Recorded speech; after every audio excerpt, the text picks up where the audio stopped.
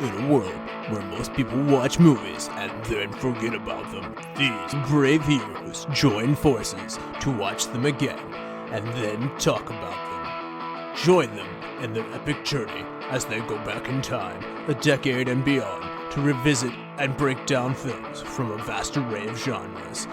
Do these movies hold up over time? Are they classics? Find out on Retro Movie Roundtable. Starring your hosts, Brian Frye, Chad Robinson, Dustin Melbardis, Lizzie Haynes, and Russell Guest. Coming now to headphones in your ears. Welcome, all you lords, ladies, and knights, to the Retro Movie Roundtable. Welcome to the show where we watch movies and then talk about them. I'm your host, Russell Guest, and joining me today is my good friend and co-host from deep in the heart of Texas, Mr. Dustin Melbardis. How you doing, sir? Good evening. I'm doing very good. Thanks for asking. That's a very good way to open the show, with a good evening. So good evening. Yeah, I'm excited, Dustin, because we got a first-time guest on with us, and he is a bit of an aficionado here today. So let's get Mr. Matthew Coniam on here. How you doing, sir? I'm doing very well. Thank you for having me. Yes. So from all the way in Bath, and you are the author of Dracula AD 1931. Tell us about this book and where we can find it. It's a kind of a fanatic's guide to the 1931 Dracula. It's not so much a deep dive as a slow drowning in a film that has been by my side for nearly 40 years now, and that I've never quite been able to shake off. And where to find it? It's published in Britain by Hemlock Books, so you can get it straight from Hemlock Books. It's also available in America from mymoviemonsters.com. Interesting. So, now, what made you want to write this book, Matthew? I said that my first book, which was about the Marx Brothers, was the repayment of a debt to the films, to kind of acknowledge the absolute difference that discovering them made to my life. So this is kind of the same, really. The Marx Brothers and this movie were the two film encounters, if you like, of my younger childhood that sort of changed my life. And they're also the two that I think of as sort of separate from my wider interest in cinema generally. They're kind of different from the rest. They enter my brain from a different angle and nest in a different section of cerebral cortex that's all their own. I also wanted to counter the received wisdom on the film, which is that it's a film of tremendous importance with an iconic central performance and of huge value as the birth of the American horror film, etc., etc., but which, after a splendid first reel, more or less dies on it. Yeah, and as you mentioned, the Marx Brothers, you are also, I want to give you credit for this effort of yours. If people want to hear from you on the Marx Brothers Council podcast, we had your co-host, Noah Diamond, on with us for the Monkey Business episode, which was earlier this year. So did you want to give people a plug for the Marx Brothers Council podcast as well? Yeah. Do if you're a Marx Brothers fan, why on earth aren't you listening to it already? We've just done our 50th show. We do one a month. And they are ridiculously deep dives into Marxiana for people who are obsessed. Yeah, it is a deep dive, and you take your funny business very seriously. I'll say that too. I gotta say, I like what you had to say about how these two either groups of films or there's these two different entities approach your mindset differently than cinema in general. And I came to that realization about a different movie last year, Monty Python's Quest for the Holy Grail. I realized I had seen it so early that it had affected my own lifetime's sense of humor. And so it's hard to rate it among other movies because I don't really remember a time without that kind of silliness, without that kind of approach to comedy. So I don't approach it the same way as other movies. Yeah, but this one even more than the Marx Brothers. I mean, I can be objective about the Marx Brothers if I have to be, but with this, I find it very hard to be objective. I'm afraid it lives in my head. It's okay. We're not critics. We're fans of movies, and that's okay. So it's okay to love them. In fact, I think it's better when you talk about what you love about it. So, why don't we get into it here? So, as we mentioned before, we're going to do Dracula, but which Dracula are we doing, Dustin? 1931. All the way back. Not necessarily the very beginning, though, if you count Nosferatu. So, but still, this is the beginning of American horror cinema here. So, it stars Bela Lugosi, David Manners, Helen Chandler, Dwight Frye, and Edward Van Sloan. Made for a budget of $341,000, which sounds like not a lot, but it's $1931. But it grosses domestically. And Matthew, correct me if I'm wrong here. Numbers from this far back seem fuzzy. How could it have $4.2 million domestically? Is this through re-releases? It might include re-releases. It seems like too much money for 1931. Maybe. I mean, does it include international revenue, or is it just... It says domestically on this. Not sure. I mean, it was a huge hit. It was. For sure. Yeah. So, this is from the ultimatemovierankings.com. So this is not my information per se. So, but it places on the box office in 1931 at 8th place in the box office, just behind Daddy Long Legs and ahead of The Man Who Came Back. Number one movie from 1931 was the Charlie Chaplin movie City Lights. And that is Chaplin, right? It is, yeah. Yes, thank you. I'll edit that out to sound more confident. IMDb gives Dracula a 7.4, and the critics of Rotten Tomatoes love this movie. They give it a 94%, and the audience score is 82%. It has no awards at the time, but it has some distinctions from the AFI. It gives it 85 on the AFI Thrills list for the most thrilling movies, and it gives Dracula the number 33 for villains, for the greatest villains list. This seems to have gained credibility over time. Again, no awards necessarily at the time, but it's something that seems to be more and more revered throughout time. So, Matthew, clearly you've seen this movie. What was it like seeing it early on, and how has it changed as you've watched it over the years? I first saw it on a Saturday night in the late summer of 1983. So I recently just turned 10 years old, and it was the first film in a season of Universal horror films that were being shown through the summer. You should know that in 1983 we only had 4 TV channels, and even the 4th one had only been on air for a year.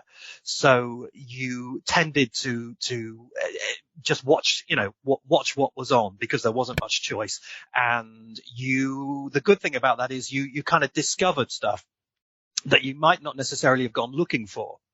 But because you didn't have the remote control and you couldn't zap away to 400 other channels, you stick around and you'd kind of, discover stuff. And so a lot of the things that I love, I discovered in that way. This wasn't one of them. This was something that I tuned into eagerly, that I'd been waiting for a very, very long time. I had to beg my mum to let me stay up and watch it for reasons that I can no longer remember, that go into the prehistory of my childhood. I was just always obsessed with Dracula. I don't know when I first encountered it. Not specifically this film, but Dracula as an entity. So it was just a magical moment when it finally came on, when the Swan Lake music struck up, and it was on a double bill with the 1931 Frankenstein, which most people think is a vastly superior movie, and I watched that too, and I loved that too. But Dracula was the one for me, and still is. Wow. So by the way, it's a good double feature for sure. So what do you feel like? Do you feel like it holds up over time? Because this is a 1931 movie. We're approaching, we're not quite to the 100-year mark, but I mean, as you watch it from somebody from a modern era, what do you feel like this movie has for us today? Well, it's funny. I mean, I've watched it a lot. I've watched it countless times. And when I was writing my book, I watched it kind of on a loop for a couple of months. So if anything was going to kill it, that would have done, or at least kind of numbed it, but it didn't. I could watch it tomorrow with as much delight as I watched it in 1983. So in a way, I feel like it hasn't changed. In another way, it's different every time. It's not a film.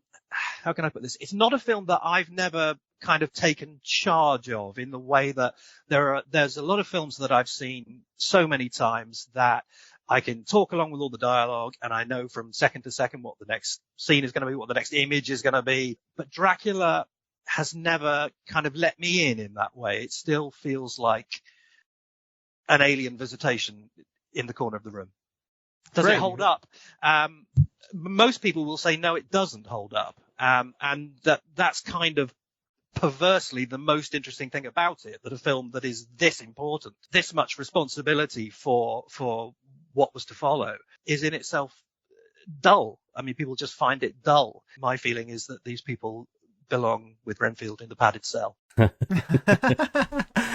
So, Dustin, had you seen this one before? Of course not. That's my calling card. I don't see any of the movies that we do on this show. I wait for you to introduce them to me so that I could watch them for the first time, and that is my gift to you, the listeners, that I come in without any experience at all. Had you seen any Dracula movies before? I think I share with Matthew kind of a fascination with the Dracula, the character, or I would say maybe Dracula, the character, is different than vampires in general. In this movie and in popular culture, I think Dracula is something that is its own. I read Dracula in high school, then I reread it later on in my 20s. But with like the character has always been something that I thought was important and like iconic, I should say. But the movie, you know, this was something that I was going in thinking like, all right, let's get to early. And I know that you mentioned that it wasn't the first, but let's get to like seeing this early version, and I think it did not disappoint. Absolutely. And for me, I actually picked this movie up used. It was a good deal. We're looking to do a Halloween kind of marathon, and you're not going to like this, Matthew, but we watched about 3 other movies before it, and it was late at night, and I popped this one in, and this is not the time of night. Like, you don't want to put this one on when you're really tired, and I conked out.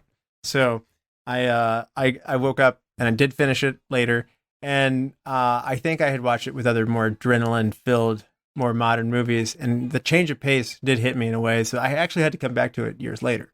And so, because I do own it, and I watched it again for this one, and I gotta say I'm appreciating it more each time. I do think it requires understanding what you're getting in for, so again, but as a fan of film and the history of it, I start to look at it as a piece of history, and the transition from silent movies to talking movies and also theater to movies are all coming together here.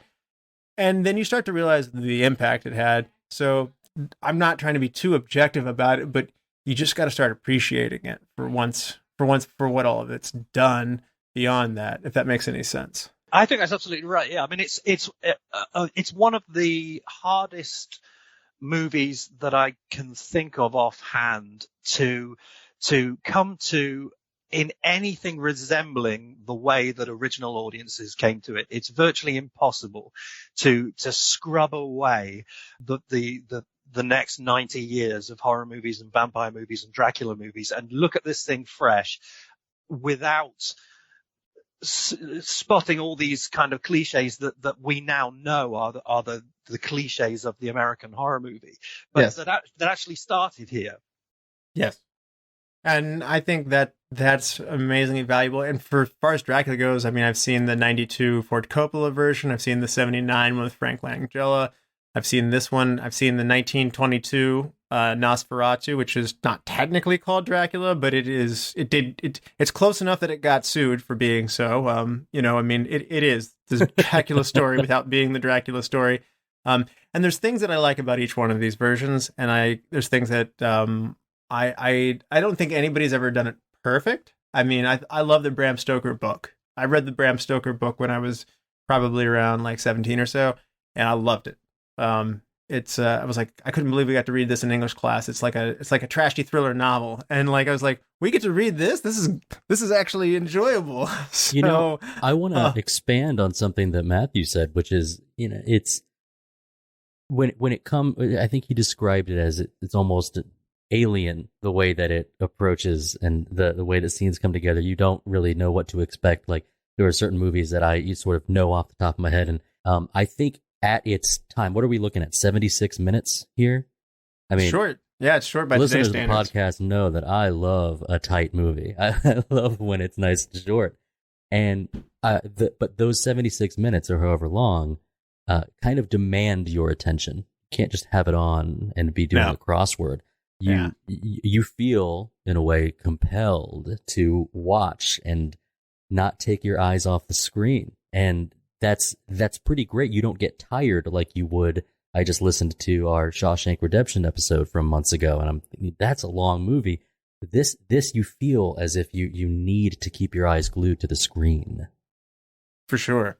So I like there's parts I like about each Dracula, and there's parts of it that the book is still my ultimate version, that my ultimate measuring stick. And so there's parts of them that I always find myself wanting just to be closer to the book. So that's my background anyway with it. So we will have spoilers that lie ahead. So if you don't want this movie, this hot new movie that just came out in 1931, if you don't want this spoiled for you, you may want to go watch it and come back and enjoy it after this. But we will be back after these messages.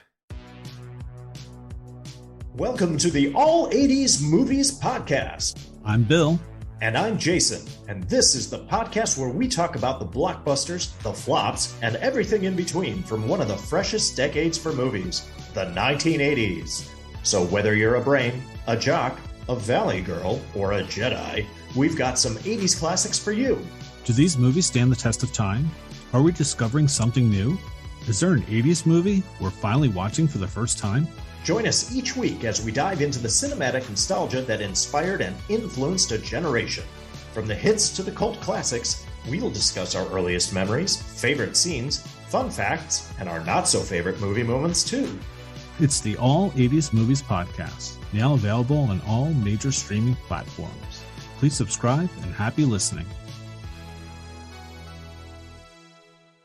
All right, we're back, and there will be spoilers that lie ahead. And Dustin, for those who haven't seen Dracula since 1931, would you like to refresh people's memories for us?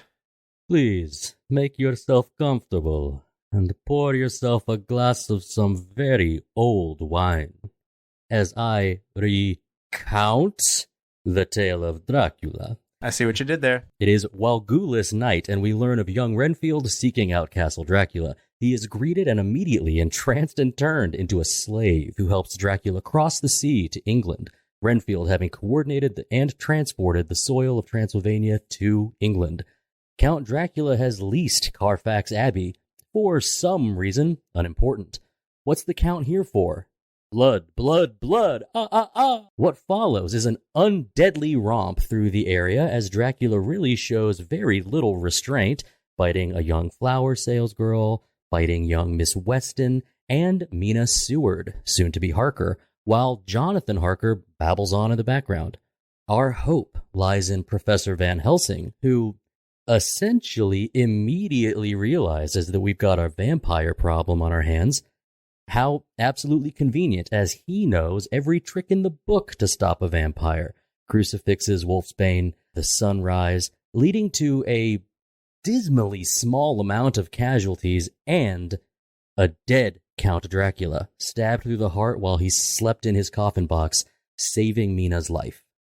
So, Matthew, this is regarded by many as the film that kickstarted the horror genre in Hollywood, in America. Now, the Germans were big into horror before this, but this is the U.S. arrival here. So this is like horror, like getting off the plane, like the Beatles coming to America and like waving to people, and then yes, as you rightly said, there were earlier adaptations of the novel. And the most famous one was Nosferatu, the German film in the early 1920s, 1922, I think.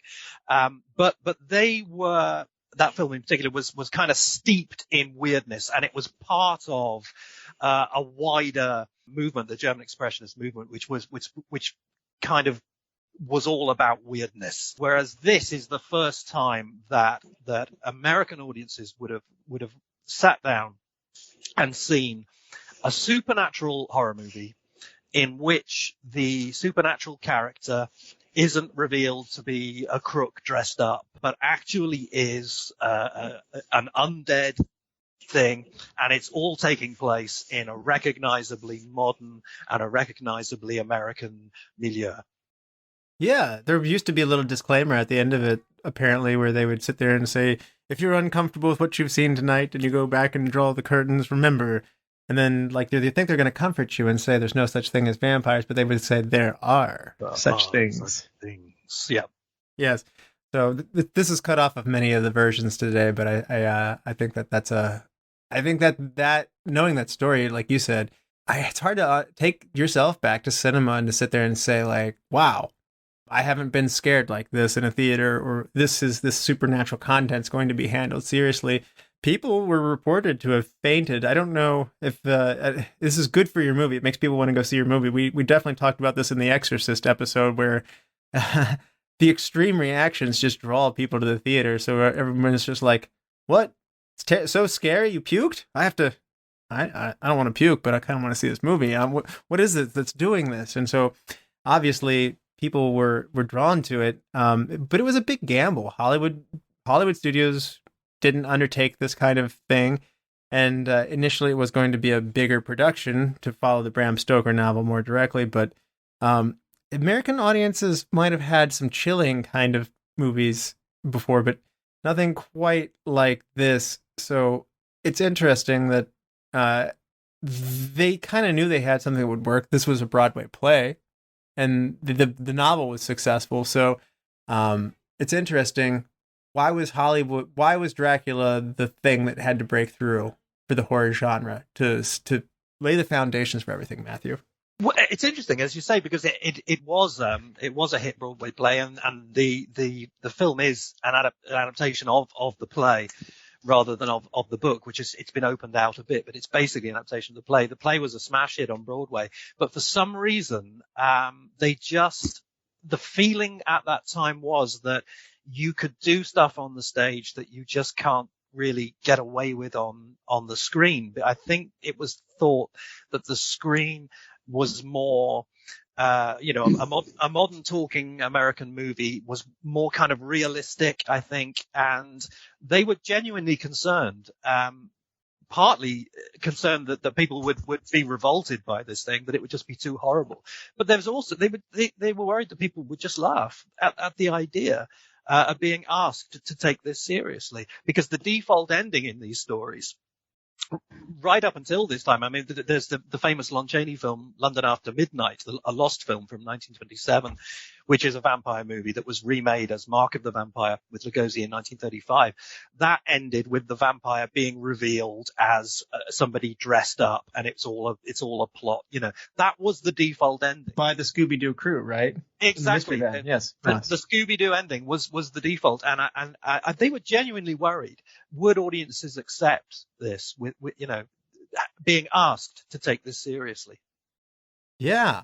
So this time it wasn't Old Man Tucker trying to like rig up the amusement park so that he could buy it. So yeah. Well, and we've got in movie sort of reference to it in a way. I'm talking to the expert, but what is I believe it's Van Helsing who says that's the greatest tool of a vampire is he knows that you won't believe he exists. Yeah. Yeah. You think about how audiences being shown this kind of thing. I like what you said about it is hard to get away with certain things you could get away with on stage in a movie. But I almost felt in many of these scenes actually that I was closer to looking at from the seats I could afford in a theater to see a live stage show at a stage in front of me as opposed to more traditional modern shots.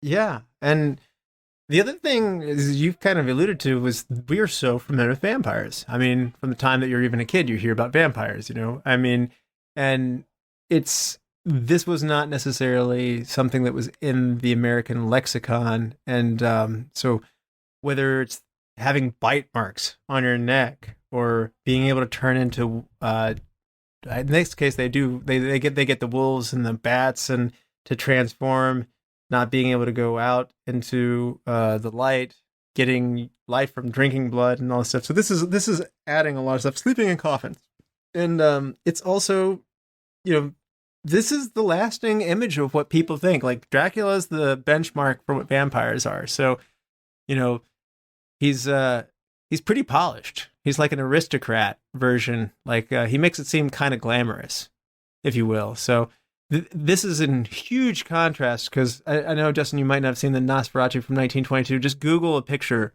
of what that version of it looked like, and real quick, because strangely enough, I have seen that one. I've seen it, and I know the classic look of that vampire. So this is not like that guy just looks creepy, by the way. Anybody at home, just Google it. It's wild. And so, Matthew, what made them want to go with a different route? This isn't exactly like the book. You meet him, he's like old, like creepy old when you first meet him, and he gets younger by drinking lots of blood. In this book, he's a smooth operator. Yeah, it's interesting because I think it's largely unconscious and it's largely accidental, and the reason for it is you have to go back to not the book, but the play that it's based on, and the play that it's based on completely jettisons entirely the opening sections in Transylvania. It's entirely set in England when he's already arrived.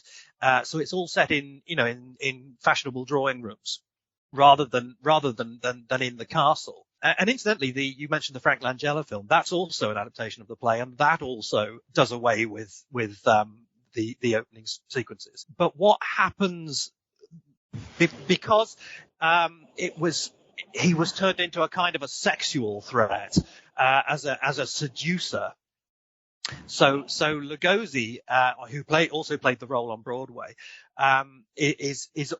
starts the play in this milieu of fashionable society. So of course that's almost his disguise. He looks immaculate. He's got these beautiful opera clothes and the cloak when he's outside, and his hair is slicked back, because that's what he's using to inveigle his way into this society and to get at these women.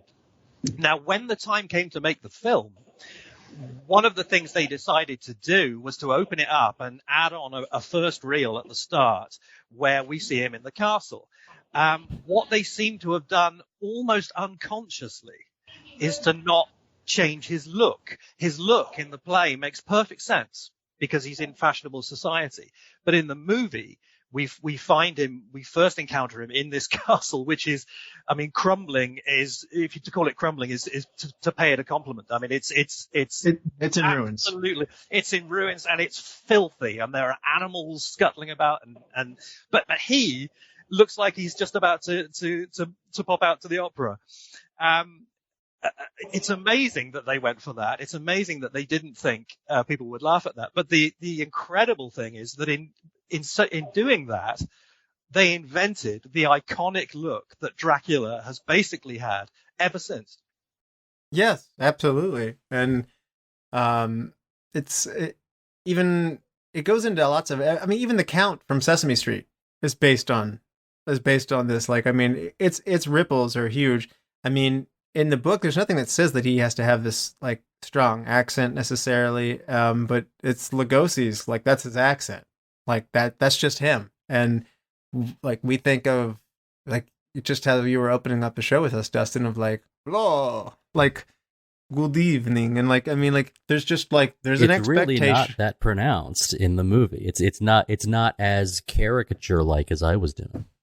It's true, but this is where it all comes from. This is what our expectations are set for. And so it's interesting when you expect something to go back and watch it and sit there and think, oh yeah, I saw this was coming, but it does require additional viewings to sit there and go back oh yeah, there was no expectations here. And so I really have to challenge myself when I take this in to sit there and go, well, what would it have been like to be there in the theaters, to actually see everybody around you being legitimately afraid, to have not heard what a vampire is, and to not to be introduced to hey, this woman Mina is being drained of her life force, and it looks very close, she's going to be consumed. It's very late in the movie. They have a come from behind victory. It's in the last 3 minutes of the movie, they pull out a happy ending, and it doesn't look like it's going to go that way. So it's funny that this is on the thrills list, because it is done at a pace that you might not take it as thrilling, but it would have been at the time. And it's one of those things that you could kind of realize upon thinking about it further. Russell, I think that's something important that I don't know if challenge is the right word for me here, but I've heard a couple of our co-hosts, use the term like, oh, you got to watch it a couple times. And I don't know if that is the best way of putting it. You can. And that, I don't know if that's fair to like rate a movie based on your fifth time watching it. I think what I like to try to do, I will never just flip the channel to a movie and say, okay, I'll watch this. I like to prepare to sit down. It's like an event. And all it took was one watch for me to prepare that. All right, I'm looking at 1931 here. I'm looking at the technology of the time. I'm looking at these things at the time, that the world as a whole, America as a whole, Universal Pictures, maybe people don't know what vampires are. And so there's an amount of explanation, and there's also an amount of not explanation. I'm not exactly sure if they ever really dive into the details of how Count Dracula can enthrall someone with just a stare, or can communicate really without speaking. I'm not talking about squeaking like from the bat, but there's some things that are not fully explained, and other things that are just a part of the character's portrayal, like the slow movement, and other things that are a part of the way that the movie was shot, like the focusing on just the eyes, just Dracula's eyes. Oh, something must be going on. And it's not just stylistically, after the first half, you realize, oh, this is an indicator for us, the audience. He's doing something. And then later on, as he's trying to compel Van Helsing to come forward, he's giving him the command, enthralling him, when he puts out the classic hand that's kind of bent down with fingers arcing, like, this is what magic looks like. I think there's a fair amount of, well, you don't have to really get everything, and it doesn't really, and this is where I said I'm challenging you, I don't think it requires multiple watches. You just kind of have to prepare your mind for going in the first time. Yeah, I mean, I think if you don't like it the first time, a second watch probably isn't going to be much use. Unless you're going in for the purpose of saying, I want to be more involved with the lore of Dracula, so I'm going to give it another go. But that's just it. Is I'm not saying you need additional viewings to like it better. I think that it might not be the fairest to say like, well, watch it 3 or 4 times and you'll get it. But let's talk about Bela Lugosi here. He was not necessarily their first choice, was he, Matthew? He was anything but the first choice. No, I mean, he played the role on stage, which I mean, it seems to us, for that reason, and because we have the film with him in it, and he's so sensational, it seems crazy that they wouldn't have cast him. But in actual fact, he wasn't a film star. And Hollywood would naturally want to cast a well-known name in the lead, and he wasn't that. So it's not particularly hard to understand, I don't think, why they wouldn't have wanted him. What is more bizarre are the people they did consider, because obviously it's a very, very specialized role. There are very few people who really could have done it justice in Hollywood. I mean, Conrad Veidt would have been one, but he was and left. People would know him from Casablanca most commonly. Like they would know him from Casablanca now. Yeah, at the time they would have known him from things like The Man Who Laughs and Cabinet of Dr. Caligari and stuff like that. So he would have been good. But I mean, the long list of people, I mean, they basically offered it to anyone they could think of who was either tall or had a European accent or had worn a cape. I mean, they offered it to Chester Morris simply because he'd been in the Bat the year before, and so just the word bat was felt sufficient to. It was really absolutely at the 11th hour. They had run out of all other options, and they grudgingly decided to give it to Lugosi. Lugosi had played his hand too early. He'd made it clear that he was desperate for the role, so they got him for an insultingly low fee. And he was literally the last choice. And now, of course, we think, how could they possibly have wanted anyone else? Yeah, and you mentioned, I have read that Lon Chaney in particular was considered for the title role, who had worked with the director, Brownstein. Tod Browning, yeah. I mean, Tod Browning before.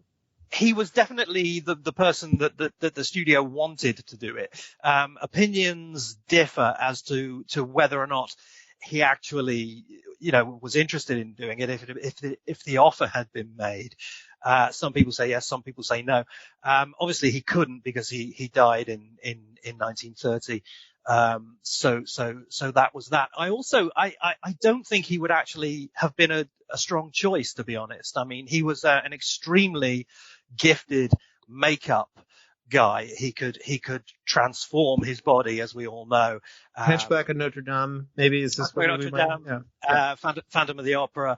But also, he played lots of handicapped roles and, with contorted his body. And he had played a vampire character, as I said, in London After Midnight. But if you look that up, look at his look in that film, it's an extremely grotesque vampire with shaggy long hair, teeth, pointy teeth like little shark's teeth, an overtly monstrous vampire. And this vampire isn't. He's very attractive. He's very personable, and he's mysterious and Middle European, and Chaney, really wasn't any of those things. So although he seemed the natural choice at the time, I think he would have been a very different Dracula, and I think horror film history would have been very different as a result of that. And Lugosi helped them secure the rights for this, as I'm understanding from Bram Stoker's widowed wife, right? To get the rights to do this.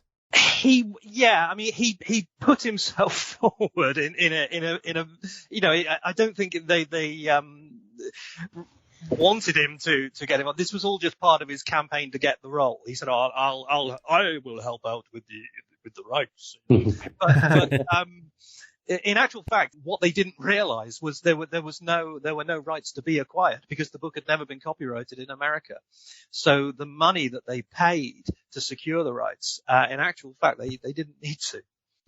So why is it in Germany they had to destroy Nosferatu, which luckily some copies exist and we can still watch it today? Like, why is that? Why do you have to throw those out? But it was free reign here. Because it had been copyrighted in Germany and in Britain. Got it. But nobody realized it. It was only as an oversight that it hadn't been. Got it. Okay. And so Lugosi, though, himself, like you said, so he's an Hungarian stage actor. He's in 170 different productions in Hungary, and he moves to silent films. And so, Matthew, what can you tell us about him in his transition from silent film to speaking films here?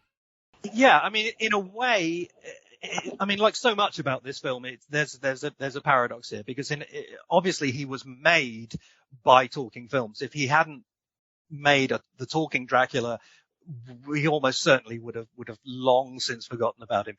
However, talking movies were also his curse. In silent films, he came into American movies at a time when the Latin type, the Latin lover, was a very big thing, and he was basically a Valentino type, a Rudolph Valentino type, the tall, mysterious, smoldering, European man, and that was his image, and that's why he got so much fan mail from women, amorous fan mail, when Dracula came out. Unfortunately, that accent, which was tailor-made for Dracula, severely limited what he was able to do in talking movies from then on, and he was typed in horror movies almost literally overnight. I mean, from his very next films, right after Dracula, he's already slipping down the cast lists, and basically hampered by this gorgeous, rich voice that just stopped him playing so many things that he would want to play and that in silent films he could have done. Why did he not end up wanting then to come back and do like Son of Dracula and Daughter of Dracula? Like why did he not just lean into this more? He would have loved to have done that. I mean, they didn't offer it to him. I mean, he basically was his own worst enemy in terms of making it obvious that he needed them more than they needed him. Unfortunately, as a result of the success of Dracula, the studio rushed into Frankenstein, and Frankenstein made a star of Boris Karloff, who played the monster, just as Dracula had made a star of Lugosi, and Karloff was the one who then became the big horror star, because Karloff had a wider range. He was easier to cast. He didn't have the language problems that Lugosi had. He was more chameleonic than Lugosi. He could play lots of different characters. So Lugosi found himself being edged out ever further into the margins of the only genre that was kind of employing him anyway. So within a very few years, unfortunately, he was being treated, very badly, going for long periods of time with no work, or, very, very minor work or demeaning work. And Universal in particular seem to have been, it's hard to rationalize it in any other way than that they were deliberately cruel to him. They just seemed to like using him in demeaning ways. They would cast him as, butlers, endlessly as butlers, or, ugly, gardeners and yokels and things that don't play to his strengths at all. They cast him as the Frankenstein monster in 1943 when he was far too old and frail to play it, and then blamed him because on the fact that it didn't work. He would have loved to have been offered Son of Dracula. He wasn't. He did Return of the Vampire for Columbia the same year, and he's great in it. But Universal didn't want to know. You know what that info makes me think, and what makes this special is that the personal details about Bela Lugosi and his treatment from the studios, and the timing of him being typed afterwards, it really makes you think that they kind of caught lightning in a bottle for this production and this production only. Yeah. It was not the start of what would we do today? This would now be a 5-year deal and a 3-movie, big, multi-million dollars, and we're just going to invest very heavily right away. And that's fine that's what the model is now. But for this particular movie, what we got was something that's special, and there's no other things necessarily as far as film that are directly attached because of the timing and the business. So it's kind of a little treat in and of itself for this production. Another great actor they plucked from the stage was Edward von Sloan as Van Helsing. Herbert Bunston was also Dr. Seward in this, also from the stage from there. But Edward Van Sloan, man, he has a presence himself here as well. He's almost as spooky as Dracula, isn't he? Yeah, absolutely. And I gotta point him out, Dwight Frye kind of steals the show in a lot of places here. And this is not somebody I had on my name registry before, but now for sure he is. I mean, I don't think he is the best Renfield of any version I've seen, for sure. And again, like Lugosi, another sad example of somebody whose career was kind of stalled by Hollywood's seeming inability to even peer over the edge of the box. I mean, he had been cast because basically not because he was a creepy little fly-eating guy. He was cast because he had a reputation for versatility. He was a Broadway actor who could do comedy and drama and everything else in between, and was a hugely talented guy. As soon as he did Dracula, that was it. All Hollywood wanted from him was hunchbacks and freaks and creepy guys, and similar, just like Lugosi, he was trapped in these roles. He ended up in the later Universal horror movies, doing little walk-on bits, not even being credited in some of them, being cut from some of them. It was just a really heartless time for actors. They just didn't seem to care. They would trample on them. And he ended up, in a very bad way. He died quite young. He was, in 1943 he died. His last film was a PRC horror film called Dead Men Walk, in which he plays yet another little scuttling, creepy acolyte of the vampire. And he looks about 40 years older than he does in Dracula. He was working in an airplane parts factory, I think, during the day for the war effort, then filming at night, and he just gave up. He just collapsed on a bus in Hollywood and died of a heart attack. Quite a young man. This is a Depression movie. This is not a time when theaters were generating a lot of profits, and this was one of the only years that they came out in the black, Dracula having something to do with that, the success off of it. But I mean, this movie was going to be a bigger one, as I mentioned, based on the Bram Stoker novel, but it got downsized to choose the stage play to be more adaptable, fewer characters, less wide spanning, fewer scenes. I don't know how do you feel about it? Makes me feel a lot better, I think, just simply knowing that this is not Bram Stoker's Dracula. Yeah, definitely. I mean, it is a separate thing. I mean, I didn't actually read the novel until after I'd seen most of the other films, I think, and it is a completely different experience. I think it's important to always try to do that. Now, you almost get to the point I've brought up on this show before, that I think the titles of movies can sometimes really affect what your expectations are going in. I had a discussion last year with Andrew Newman, I think. We were talking about Sherlock Holmes. Those Sherlock Holmes movies that come out. Yeah. They would be just as entertaining if they weren't called Sherlock Holmes. And the people who know is that Arthur Conan Doyle? People that know the Sherlock Holmes might say, that's nothing like the book. I'm like, that's okay. 36 days schedule at a budget of, as I mentioned before, of an estimated $355,000 in cost. Is this a minor budget? Is this an on average budget? It's not a big budget from what I understand. Well, it's not. It's certainly not the super production, which is what it was, as it was announced initially. The kind of budget that they had in mind for it. Universal had done really well with All Quiet on the Western Front, because Universal, prior to that, and indeed after that, we think of Universal now as, Universal Studios and Jaws and E.T. and the Universal Tour and whatever. But it was a kind of a second tier studio. It wasn't one of the majors like MGM. The Depression was biting. And it was decided to scale it down, to turn it from a big A, to a not to a B, but to a low A. So director Tod Browning, we're talking about silent film transitions here. Tod Browning is very much coming from the silent movie world. If you look through an extensive filmography, he only makes, 6 or more films after this.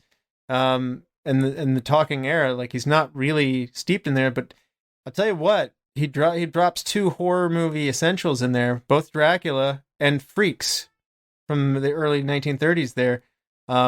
These are both touchstone horror movie genre essentials. Talk about Tod Browning and his transition here to talking movies. Well, yeah, I mean, Freaks really is the answer to your implied question there, which is why didn't he go on to make lots and lots of talking films? And the reason is, because Freaks pretty much cut him off at the knees for a long time, because it was such a notorious, not even a flop really, because it didn't even get the exposure. I mean, it just horrified. I mean, people watched this thing, and I'm not talking about audiences, I'm talking about the studio, watched this thing and said, this is the most hideous thing. Repugnant, yeah. Anyone has, what were we thinking letting this guy make this movie? But of the two, of that and Dracula, it is the more typically Tod Browning film of the two, because Tod Browning's background was in carnival. He was a carny guy, and he used to perform in carnivals. And he did an act where he was buried alive, for instance, and he was absolutely steeped in the world of the circus and carnival, and he was obsessed with things like deformity, freaks, that kind of twilight world, the Twilight Carnival world. And that made him a perfect match for Lon Chaney, who was an actor who reveled in physical transformation and grotesque physical transformation. So the two of them were perfectly matched, and he made lots and lots of silent movies with Lon Chaney. Absolutely fascinating movies, but they've all got that atmosphere that Freaks has got of you almost want to take a shower after you watch them. They're dark and they're clammy and they're dank and they're kind of, they deal with people who are mercenary and cynical and exploitative and sadistic and they got a lot of negative press. Which, all of which kind of made him the ideal choice for Dracula. But looking at it now with hindsight, he's kind of an unconventional choice, actually, because Dracula is set in a world that is very, very different from his Chaney world, which is realistic but hideous. So David Manners doesn't really recount a very nice picture of Tod Browning, and he doesn't like the movie very much. He never saw it, which is hard to believe that you don't see your own movie. But he said the production was disorganized under Tod Browning and showed little interest in directing the film. And none of the cast members took the film seriously, except for Lugosi. And they said that David Manners said that Lugosi would stroll up and down the set with his cloak, saying, "I am Dracula," even when not filming in character. But it's interesting. A lot of this has been chalked up to cinematographer Carl Freud being stepped in to help direct some of the scenes, it sounds like.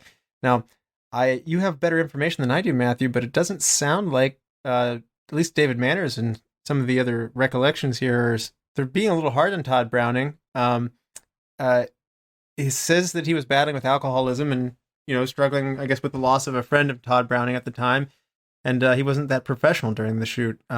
How much of this side of the story is there? Well, I don't have better information, but I do have an opinion, which is, I don't discount completely what David Manners says, but I think I am inclined to take it with a pinch of salt, because he in his interviews he is very much taking the position of a cynical, keeping his distance from the film, which I think he thought was a little bit beneath him. He was at the time, although he didn't go on to become a big star, at the time he was a leading man in romantic movies and so on, and he probably felt he was worth more than this silly vampire film.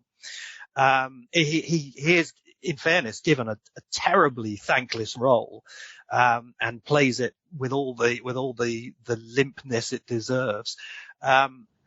So in a way you can understand, that he has no love for the movie.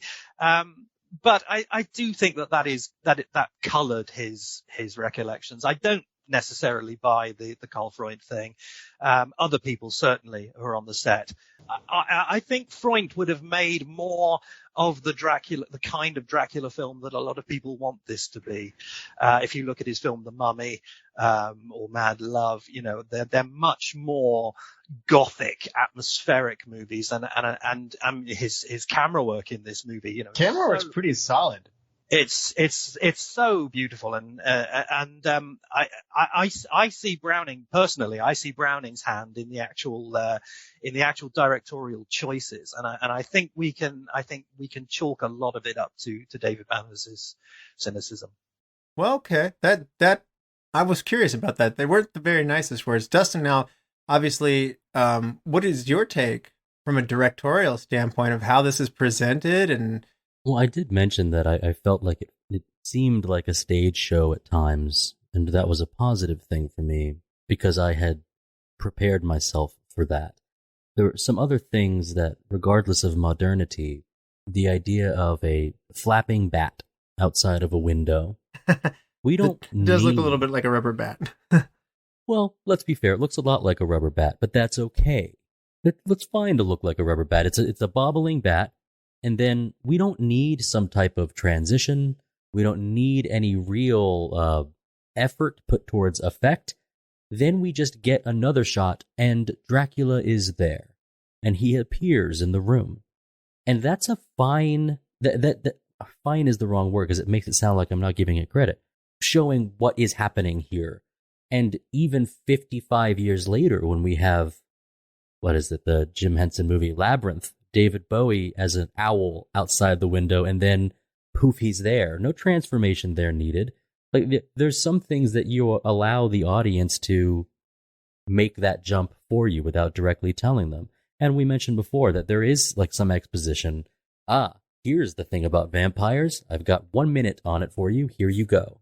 I think our decisions with what is left in the film, what is included in the film, are exactly what we need.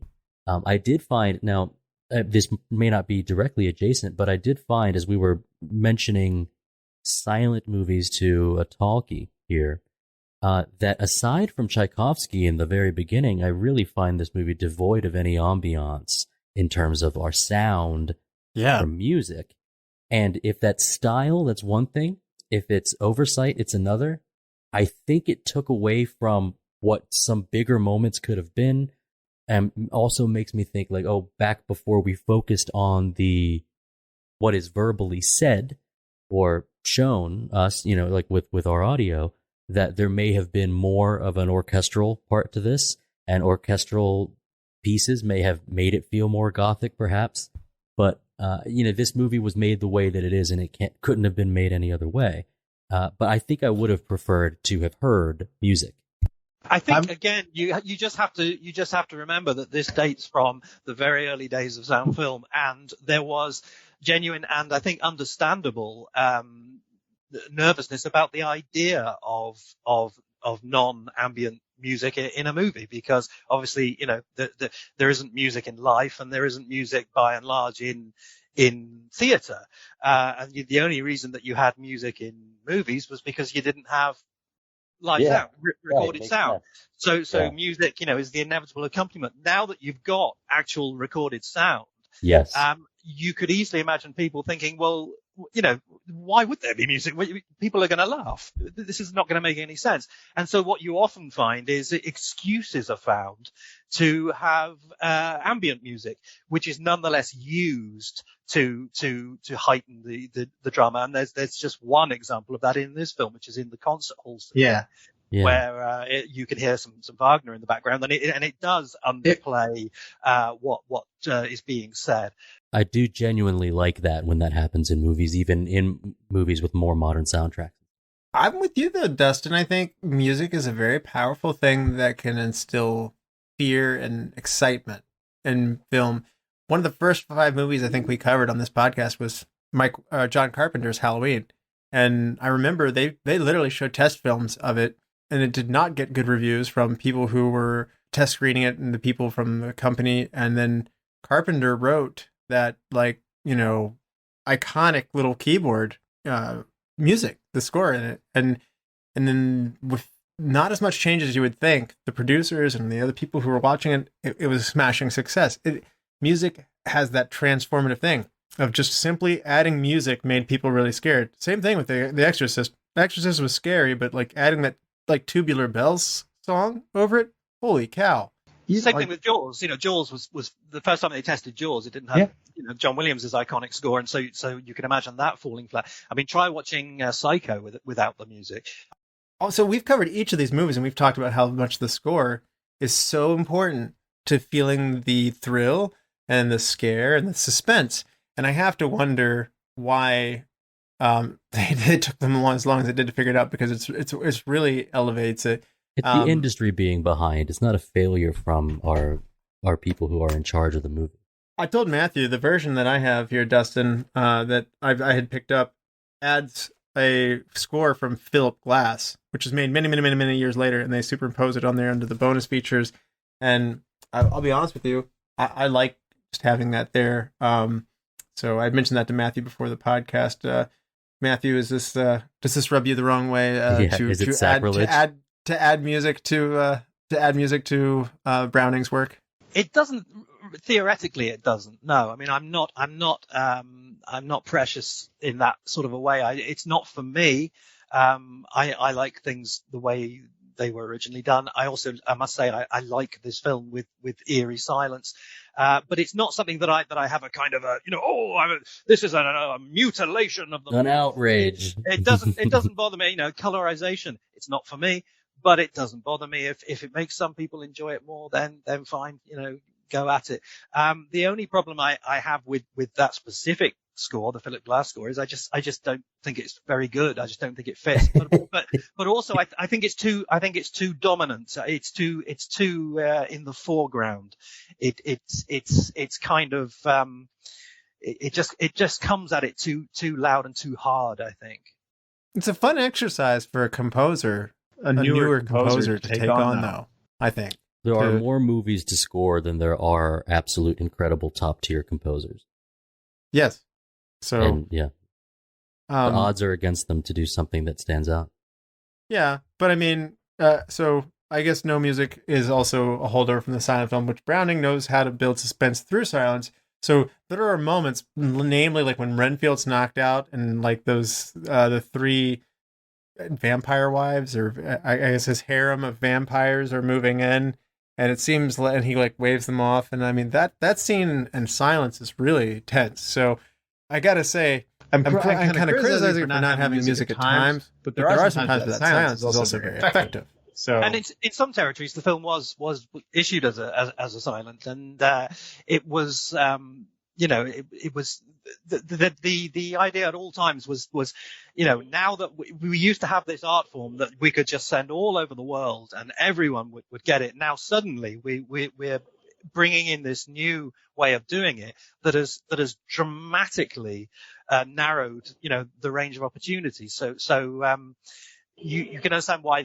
they thought, well, maybe we should have minimal dialogue. We should keep it kind of adaptable as a silent, because in some places we might want to do it as a silent. As I'm sure there was also a completely separate version of it that was made in Spanish, because obviously Mexico being a big territory, a lot of early sound films were simultaneously made in other languages, French and Spanish mainly, and there is this Spanish version of Dracula which was made on the same sets during the night, and ever since that was sort of rediscovered, people delight in saying, "Oh, it's the better movie. They made a much better movie than this boring old Tod Browning one." But what they mean is, it's a movie that conforms more to what they think a horror film should be. It's got puffs of smoke when Dracula appears. It's got swooping camera and all this sort of thing. And for me, it's just a hokier film. They don't have the better Dracula actor. I can certainly tell you that. For sure, yes. The Spanish actor, I started it. I couldn't keep going with it. So I can't speak to the overall presentation. I have heard much of what you're saying, Matthew. It's got the better presentation, but the actor is not nearly as good. Exactly. I mean, if you ever needed a demonstration of the magic that Lugosi brings to this project, there it is. Yeah, yes. Find something to compare it to. I will say, I don't think I would have preferred to have puffs of smoke come out when Dracula appears in a scene. I don't think I would have liked that at all. It was part of the stage performance, as I understand. It was a lively stage performance with like flashes and puffs of smoke and like coffins that had like escape like chambers like magicians would use, and it was an ooh and ah kind of stage presentation. So in terms of what people were expecting, I don't know how many people saw that and therefore go to the theater expecting that, but that's a more translatable experience, to Matthew's point. I have to ask Matthew, this film takes place in Transylvania and in London. It's mostly filmed in a soundstage. But we have Royal Albert Hall, with very, very London, landmark here. You said you had a lot of enthusiasm and excitement to get into this. Do people in England get maybe a little more enthusiastic given that it takes place in England? I don't think so, to be honest. I mean, it's supposedly in England, but it's pretty American. It's a kind of a somewhere and nowhere version of England, isn't it? It's very artificial. Okay. Yeah. I did like the carriage scenes when they were in Hungary though, like in Transylvania. So it's interesting. I guess the peasants in the beginning are all warning them not to go see them, and then it does look like a very threatening path that it takes on. Apparently some of these are just matte paintings, and or like paintings on glass over the actual camera lens, and seeing how they had to negotiate some of this in early filmmaking. It's like, good for you, good job. This, like, yes, it might look a little flat, but it looks good for what you had to deal with at the time. And yeah, on location shooting was not in the cards for cameras at this point in time. So I'm actually impressed by some of what they do.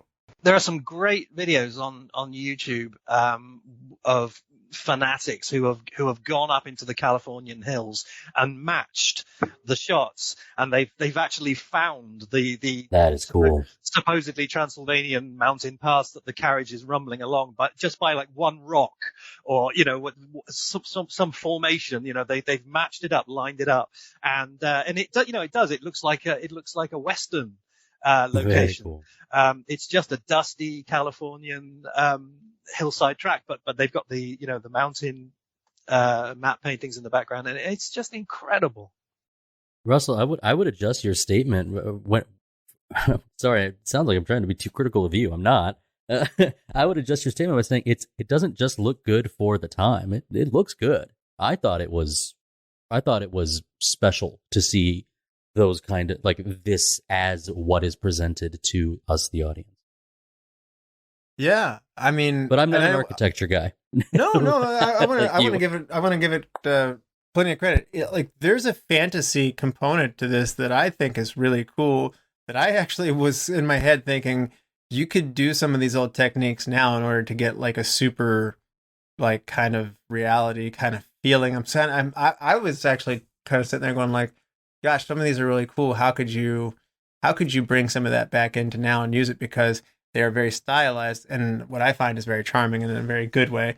So no, it's not like the 12 Angry Men outside window that I was stuck on in that episode. I kept looking at that bad background painting and going like, the perspective's all wrong. This looks like garbage, and it's a big distraction because the whole movie's in one room. This, like, if you have to get a backdrop, why is this one so bad? But no, it is nothing like that whatsoever. And I thought it was interesting. They actually used footage from like a storm, like for the boat on the seas, from a 1925 film called The Stormbreaker.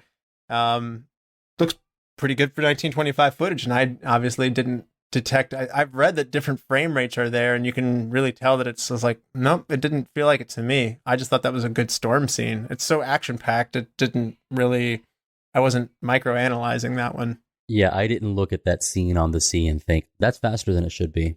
It didn't take away from my enjoyment at all. Very much like, hey, wow. Like, it was a gift. It was a surprise gift that, look what they did here. Because just minutes earlier, we have a detail shot onto a crucifix that is handed by a local woman, Hungarian woman, I suppose, Transylvanian woman, to Renfield. And it's not a film shot. It's just a still picture. I mean, correct me if I'm wrong, but it looks like that. And I was like, oh, okay, we might get some of this. And then we get something even more fantastical or visually appealing. Yeah, and for what it's worth, Dracula is the movie that scene will be more known for, because I don't hear a lot of people going around like, that's just taken out of the Stormbreaker. Stormbreaker's higher than Jaws on my boat movie, and I'm the boat movie guy. So, wardrobe here. Let's talk about, like, the all black getup, the pendant necklace, which is not a Star of David, by the way. I guess people have said that that's an anti-Semitic kind of thing. It's not a Star of David. White, very pressed white. I don't know how he gets. How does he keep his shirts this white, sleeping in a box with dirt and living in this castle that's literally open to the air? Like, the windows have fallen in. There's no who presses his clothes. Does he send them out for dry cleaning? I need to know where these white shirts come from. You would expect my clothes to get soiled. I always get blood on them. I send them to the cleaners. And I always think when he turns into a bat, the camera should pan down and just see this crumbled heap of clothes and two shoes there. Yeah. And then he sneaks back to get them, naked. Well, that's a very good point. Like, In wolf form, he comes back and retrieves them. Yeah. You know how the dog will get your slippers for you. You're right. The cut scenes, they talk about the cut scenes that the producers imposed on Tod Browning that made continuity errors. You just landed on the Matthew right there. I mean, they had the groundskeeper being like, what's this black cape in the middle of the garden? I think I needed to see Count Dracula upon arriving in England walking at a normal gait and pace with a cane, the top hat. I think I needed to see him on his way to the show. Younger version, more revitalized version. I needed to see him looking like what you might have expected, like Lestat to be dressed as walking down that same street. I think that is something about the refinement of Count Dracula that was another thing. And this calls back to 30 minutes ago. We were chatting about, well, are vampires monsters? Well, we have certain depictions where the fangs stick out like buck teeth. And it's much more visceral and animalistic. And we know that Dracula is a shape changer, but the adding the idea that vampires are refined, cultured, can dress to the nines, I think this must be where it started. And in any media depiction, there's a reason why vampires are sometimes seen as smooth, and it's because of our wardrobe choices. Yeah, it's because of Lugosi, and he's got so much to answer for. Even the one thing that didn't stick, the fangs, or rather not having fangs, that apparently was his decision. There are references in the script, in the screenplay, to him having fangs. And I think Lugosi himself said, no, I don't want the fangs. Although actually, when you think about it, it's much more horrible to imagine him biting neck. Right, that's worse. Without fangs, right. But yeah, with that silk top hat when he's striding through the fog, I mean, that is such an image. I kind of get that a little bit, don't you, Dustin? Like right before he takes the girl, like handing out flowers. I felt so bad for her, by the way. I'm like, here she is being super nice. Like it's a dismal day and like it's like foggy and terrible. Like, I mean, she's trying to spread a little bit of cheer. Here's a flower for you, sir. And he really does. And then he steals her soul and dooms her to cold body temperatures and unable to die for the rest of her life. I suppose I am judging Dracula for really having no restraint at all. To be able to put a plan together to get to a more populated area. We haven't actually discussed the plot that much. So that's okay. I don't need to. What I'm looking at is, well, he just arrives and starts biting. He is not holding back at all. You're right. It's like Van Helsing's like, I think it's Dracula. And everyone's like, what? Preposterous. Really? He's like, well, I mean, the moment he got here, everybody started getting chewed on and dying. So, I mean, I put one and one together. It's two. Yeah. I mean, he's on the way to the theater. He's deliberately going to the theater in order to insinuate himself with the people that are living next door to his castle. They're the ones he's got his sights on. And literally en route to the theater, he sees this girl and he thinks, "Oh, I got time."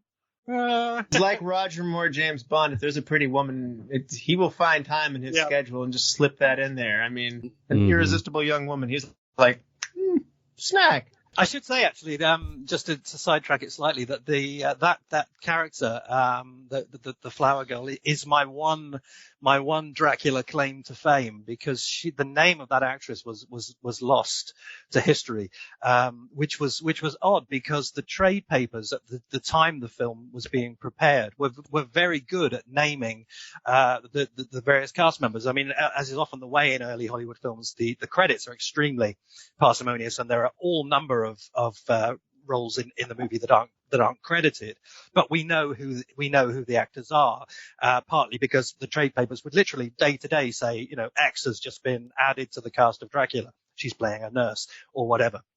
But this very small but featured role with dialogue nobody knew who she was, and the reason for that, I think, is because it was a reshoot. It was added as a reshoot after the main body of the film had wrapped, and David Scarl, who is the kind of Dracula expert that we're all in debt to. So much of what we know about the film is due to him. He was approached by a young guy who said, I appeared in a play, in an amateur production, with an old actress, and she told me that she was one of Dracula's brides in the film Dracula. Now, the actresses playing the brides, we know who they are. Mm-hmm. So that wasn't right. So Skull thought, wow, I wonder if she's the flower girl. So he went to track her down, and by that time, unfortunately, she had died. And this was an actress called Anita Harder. And he found some old photographs of her, and he said, yeah, she looks like the flower girl. So for a very, very long time, for many, many years, she was listed as the flower girl in IMDb and anywhere else. But when I was researching my book, I found an obscure interview in an Australian newspaper with a British actress called Bunny Beattie, who says that she has just shot that scene, and she describes it in very convincing detail. And she also mentions another film that she had a walk-on part in called Outward Bound. So I tracked down Outward Bound. Very helpfully, she said she was holding a dog, so she's the only person in the crowd at the end. So the reason why IMDb and everywhere else now correctly credits that role to an actress called Bunny Beattie is because of my book. Well done, Matthew. That's in depth, dude. That's hardcore. God, we have him on our show. The limit of my claims to originality in this field. and if we're talking about wardrobe here, I'd be remiss without telling this. So one of his original capes, his son actually had Bela Lugosi Jr. And in 2011, they put bidding up on it at sell. Its starting bid was $1.2 million. Which seems like a lot for a cape, and it was because nobody bought it. Nobody bid on it. And it later got donated to the Academy Museum of Motion Pictures and was restored in 2020. But it stayed in the family for a long, long time, and it was a very prized possession. He only had one son, 5 different marriages. That's wild. But yeah, there's an interview of him talking about the capes, and he got buried or Lugosi was buried in one of his capes as well. I thought the eyes, the lighting, like they just took like pencil holes and like, shone a spotlight through it to get really bright light on his eyes. It's deceptively simple, but incredibly effective. How everything's dark except for those eyes. And boy, he does not blink much, does he, Matthew? He doesn't. No. It's quite something, isn't it? It's incredibly reticent with the kind of stuff that we would now expect to be in a Dracula movie. But I do think that is deliberate. I do think that what Browning was trying to do was to take something that was kind of hocus pocusy and make it believable, make it modern and real. And I think that meant a kind of a trade-off in terms of overtly unrealistic effects.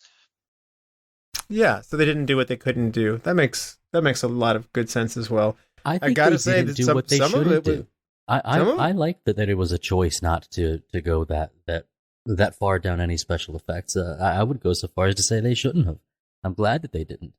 Its value is in the way that it's sort of whether some people that criticize it as dull or it's not exactly what you might expect. That's how it has to be. One thing that I was impressed by, I mentioned this a little bit earlier, was the camera work by Carl Freund. His camera work moves in a way that, and I'm not as adept as you are at film from this era, Matthew, but correct me if I'm wrong, but some of these early shots with the camera, like moving through like the gate at the beginning, or the scene where we're like in the basement catacombs of his castle as you're coming to the coffin, they're very good suspense builders, and these tracking shots move forward and then like it changes the angle down. Now, I mean, I went to town on this in Casablanca, and they moved the camera in great ways through some of these scenes here. But I mean, this is 1931. We were limited. We were using sound stages, and I have to sit there and say, like, I'm impressed by a lot of the camera work that I'm seeing from this movie, particularly in the early portions of the movie, just setting the mood. I agree. Yeah, I think it's one of the most unfair criticisms of the film that it is that the camera work is unimaginative. What I think it's subtle, and I think it plays fair by the mood of the movie. It's a stealthy, sneaky kind of camera that sort of insinuates its way into the action. And a very good example is the one you quoted, which is when Renfield arrives at the castle and we first see Dracula, we see him in long shot, and you know the camera is almost kind of holding back, as if you know it's no more sure than we are of what's going on here. And people who favor the Spanish version say, well, look, just compare it with this scene in the Spanish version where they use a crane to swoop down, almost as if the camera is a bat, into this long swooping tracking shot up into Dracula. And they say, isn't that better? Isn't that more imaginative, more dramatic? It's certainly more energetic, but I think I prefer the other way. And people say, why didn't Browning use that crane? Well, he did use the crane, but he used it in a totally different scene. He uses it in the scene where we track up the wall of the asylum, in through the window of Renfield's cell. And I prefer that 100%. It's a subtle, much better use of that crane, I think, in a way that serves the mood of the piece. The music that we do have in here, I thought it was interesting. Act 2, A Swan Lake is what we open this movie to. And then, as mentioned, we have some Wagner at the actual concert hall. The music that we do get, are you a fan of it, Matthew? And I didn't think you've mentioned you like it awfully a lot the way it is, but if you could, what would you say? You said Philip Glass overdid it.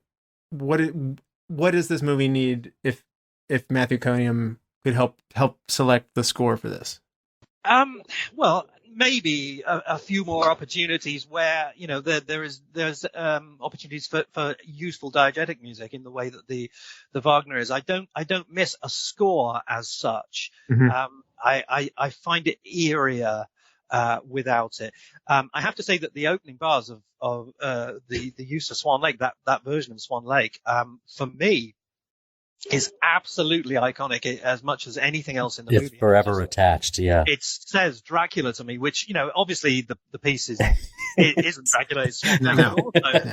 Even in this context, it's not unique to Dracula. It's actually some opening music that Universal used a lot. They use it in their version of The Mummy. They use it in a number of early 1930s films, that exact same recording. But to me, I hear the first note strike up and I'm in Transylvania. I think what the movie could potentially use the assistance of are some solo instrument or solo instrument sections of maybe some higher violin doing some kind of fast reverberations, or like a flute perhaps as the dawn arrives. Because I did find myself that the difference between night and day was there, but it wasn't very easy for me to see. Like something perhaps to just little hits, not full orchestrations. Just something. If we are watching a slinking Dracula go through someplace, the first thing that comes to mind with something like low cello or bass, it's not meant to be comedic. It's not meant to be like the sousaphone as someone's trotting through, but I think it could be assisted that way, but I don't think it absolutely needs it. Yeah, absolutely. So, Matthew, when this was aired with silent movie versions, if I'm not mistaken, silent movie houses have people sitting there playing piano over it for them, right? So I presume it was used internationally. But the interesting thing is, as you know, when Dracula is killed at the end, another big problem that a lot of people have with the film is that it takes place off screen. I'm not shocked for the era, though. I mean, yeah, but not even the shadow on the wall or something. All we get is an off-screen groan from Dracula, and obviously in a silent version, that's not gonna cut the mustard. So apparently, in the now lost silent version, there is a more explicit shot of Dracula being staked, simply because they couldn't convey it with sound. So it would be very, very interesting to see that, but I suspect it's long since vanished. I did have a little bit of an issue with the kill scene myself. I was like, Mina seemingly comes out of it very easily, and yes, that's what broke the connection there. But it was one of those things of like, that's anticlimactic. Like, we don't even see, like you said, you don't see Van Helsing from behind or something like that. Like over Jonathan's shoulders. Like, I wish some gesture had been given to it. And I know this movie's like loaded up with like 1931 cinema of what you can and cannot show is definitely a tricky game. So, and I think they were just worried that if they overloaded, the horror, people would just not take it. What made people faint at the time? Out of curiosity. I presume it's things like the if it happened at all. You have to. I have wondered that. I have wondered, is that something you jazz up in your papers? Exactly. Yeah. I mean, it's a kind of a standard line to take on these things for publicity. But I imagine the things that might have made people feel a little woozy. There's stuff like the very, very slow a scene where he's coming into Lucy's bedroom and he's just getting closer and closer to the bed, and then he's edging closer and closer to her. You could imagine people thinking, oh my God, at this slow, almost balletic violation of slumber. Exactly. Yeah. Okay. Yeah, sure. Yeah. I wasn't sure if just climbing out of a coffin did it for time. That too, I guess. Yeah. But skeletons in coffins and things. I mean, there wasn't a lot of that in earlier films. It's kind of a violation of a sacred thing. Opening a coffin is a it's kind of a terrible thing to do. Yeah, you're not used to stuff coming out of it. I get that for sure. So around the time, this is literally just lightning bolted into my head. Around the time, that's when American comic books were sort of establishing the things they could and could not put into comic books. That the general public, you just can't do this. And one of them was the portrayal of ghouls. And the term ghoul was specifically attributed to somebody that eats flesh, so cannibal. So, even comic books that deal exclusively with the fantastic would say, well, no, you don't you dare bite someone. That's not something that we can print or ink or illustrate. And so I see the idea of having these things off screen, and it makes sense for the time. As far as emerging from the coffin, or something that is sacrosanct, that grave robbers deserve worse than any other type of robber, is the very the way that his hands manipulate the underside of the wood as crawling out is something that, once again, is you could say this is the beginning of that kind of not mime work, but that type of usage of a body part, not for function, but he's acting with his fingers. A wonderful start to that as a tradition. And there's a religious element to it as well, of course, because internment is accompanied by a religious ceremony, and it's a sacred rite, to show, coffins being torn open and getting a look at what's in there has a sacrilegious element to it as well. Yes. Yeah. Well, and I would say that our boxes used in this movie more resemble shipping crates than they do our normal shape of coffins, and that must have been a decision. Perhaps. That's never struck me before, but that's a very good point. Yeah, they certainly do, and I wonder if maybe that is an element. Yeah. Russell, did you hear that? The author of the book said he hadn't thought of that before. You got me. Yeah. Ready to go. Let's hand out some awards. What do you say, guys? Wonderful. MVP of Dracula, Matthew. It's got to be Lugosi. I mean, he has transformed the whole project from, a potentially interesting film into something that he has personally changed and sent out into the world. Yeah. That's mine as well. How about you, Dustin? I mean, he's like I said, the Spanish version has a lot of things that people will claim are better than this one, but look no farther than the lead man to know why it's not. Coming up short in the Dracula category, who knows? This was a risky gamble, and it hinged on him, and he made it happen.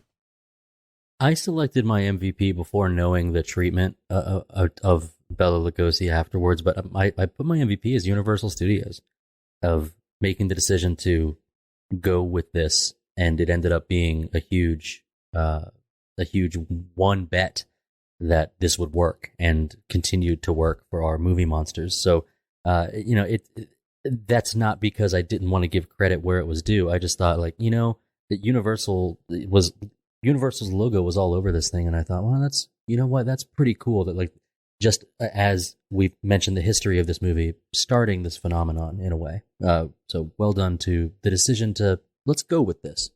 Yeah. Which was largely due to Carl Laemmle Jr., who was the 20 or so year old son of Carl Laemmle, who owned the studio. Carl Laemmle was extremely wary of the project. He really didn't want to get involved with it, but Carl Laemmle Jr. was a big fan of horror, and it was really him that stuck with it and pushed it through. Yeah, absolutely. And best supporting, Matthew. Again, an obvious answer, but Dwight Frye is just sensational. That sequence where the maid is unconscious on the floor in the foreground, and he's just crawling towards her very, very slowly. You no idea what he's even going to do, because he's not actually a vampire. He's Dracula's servant, but he's not a vampire, so he's not going to bite her neck. He's actually in the script. He and in the Spanish version, he's actually after an insect. And then there's a kind of a comic release at the end of that sequence when he ignores her and goes for an insect. Browning has none of that. He cuts before that. He just has him crawling towards her. I think Frye is sensational in this film. Now, the guy who's supposed to keep Renfield locked up is definitely comic relief. Yes, yeah. And not very good at his job. No. Oh, no. Here we go again, Martin. Going out. It's like, I have a place where I know he won't be locked up. It's like, fine, but I don't think it's going to work. Dustin, how about you? Who's your best supporting actor? I couldn't be anyone else but Dwight Frye. Absolutely stole the show. Dwight Frye was a very close call for my MVP, because he actually has to deal with the most transformation in his acting. He has to cover the most range, and to steal it like he does from a lower build position, he's really good. It bums me out to hear that he was typecasted as only doing this, because you can tell in the early scenes when he's going in, I mean, he's got range, and he uses it here, and I cannot understand for the life of me. This guy's clearly a good actor. I wish he had gotten a better treatment coming out of this as well. So he's my pick too. Hidden gem, Matthew. Frances Dade as Lucy. It's the second female lead. You tend to forget about it, but it's actually a very, very nice performance of in some ways a more interesting character, because she's the one who falls for Lugosi. He has to kind of. Oh, she's smitten with him. Yeah. Yeah, he has to sort of force himself on Mina in a sense, but Lucy takes one look at him and she's his, and it's a part that could easily be overshadowed by the others, and it's a part that I think it could easily be overplayed, and I think she does it very nicely. Okay, yeah, Dustin, hidden gem. Charles K. Gerrard as Martin. I loved, I guess maybe an orderly, maybe a guard. He was a real bright spot that even with the tone, I don't think the movie needed to have his humor in it, but that it existed only served to increase tenfold the entertainment of what we're watching. So every time you see him or even just hear his voice and his accent, you're thinking, all right, welcome back. Glad to see you again. They're all crazy in there, except for you and me. And I'm having my doubts about you. Having my doubts about you as he backs away with his rifle. So mine's going to be Carla Laemmle. She is the daughter of Carl Laemmle. Or sorry, niece of Carl Laemmle. And she's the last surviving member of the film. And she's the one who plays in the stagecoach at the beginning, reading the history of Transylvania aloud, letting you know that this is not the fun and sun capital of Europe here. So so she is claimed that she is the first woman in talking pictures in the first line of dialogue in a horror film. So that was in the beginning of my documentary that I had on my DVD. So she was very enthusiastic there, and so tiny little part, and first woman speaking in a dialogue of a horror film. And one interesting thing about that character is because of the way the film has been cut, it's not at all clear. But that very matronly woman in the carriage, that they are actually together. She the Carla Laemmle character is her companion, and in the script they have more scenes together, and there is the definite implication, a subtle implication of a lesbian relationship between them. Oh, wow, I missed that. I find that old film is so tiptoey with that, so I totally missed it. But yes, I think it's lovely that she's reading from a guidebook. It's this wonderful idea that this place is like this absolute backwater that's still full of wolves and vampires and the monsters of folklore, but it's also, you can get a guidebook. It's kind of on the tourist map as well. Yeah. Yes. Yeah. I shout out to the villager with the fierce handlebar mustache at the beginning too, warning him Bordello Pass. What? No, you should not go there. That's a terrible idea. That guy put every ounce of it's like, you got 30 seconds, man, and he put all the energy into it. So, that was some silent movie expression. I was like, we have sound, right? We can hear you, right? Doesn't matter. I'm gonna go big here. Recast. If you had to recast somebody and put somebody else in their place, let's see, who would it be, Matthew? Well, I mean, I have to say David Manners, although in fairness, it's, it isn't his fault. It is, unfortunately, it's a role that gives no opportunities to anyone. I mean, the problem being, once again, it's fallout from the fact that this is, the adaptation of the play. So in the play, it's all set in London. And so obviously it's made clear that Jonathan Harker knows nothing of Dracula. He's as much in the dark as any other character. So that meant that when they added the Transylvanian prologue, they couldn't have Jonathan Harker going there. So that's why it's Renfield, who in the book obviously is not the character that goes to visit Dracula. So that makes perfect sense as a solution to a construction problem. But unfortunately, it makes the Jonathan Harker character almost irrelevant. And the way it's written just underlines that at every possible opportunity. He's so wet. When she's talking to the Mino's talking to the bat. There's this very eerie scene where the bat is flapping and she's talking to it, and he's saying, "Look out, it'll get in your hair," and stuff like right. that. That's about the most. He's action not a very he gets. likable Jonathan. I'll give you that. Yeah. You're kind of rooting for Dracula over this guy. You're kind of like, I don't know. I mean, yeah, the other guy lets you keep your living actually alive, but this other guy's not so terrible either. So I'm compared to your limp noodle of a Beyonce here. So I'm with you. Who would you put in his place though? Well, yeah, I mean, fair enough. I mean, I guess somebody who's just a little bit more, has just got a little bit more oomph in him. I mean, he's, I don't know, just somebody with a bit more physical presence, I think. You know who else wasn't also a bad Jonathan Harker? Keanu Reeves. Yeah, yes. Whoa, no way. Vampire. But at least he kind of looked the part more. Yeah, well, I mean, I think he gets most of his roles on his looks, I think, to some degree. So, Dustin, recast. I had originally You know, I had originally written that I was going to bow out of this because who in their right mind would trust me with understanding the pool of actors in the 1930s? The answer is You're allowed nobody. to go anew on this one. We make exceptions. Here's the thing, though. I said, no, that's the way of the chump. That's the way of the guy who's not going to stand up and do his job. But it was really hard to choose because who I ended up recasting was Helen Chandler, who I adore.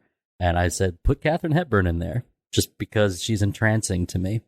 So I thought I came after Helen Chandler too, by the way. I think there's nothing wrong with her. Like she's an appealing looking woman, but I think her performance is a little bit flat. She's supposed to be the one we're all pining over and worrying about whether, she's her well-being is at stake. Like this is what this movie, the last act, is like pulling over. Like you got to care about her, and she doesn't make me really.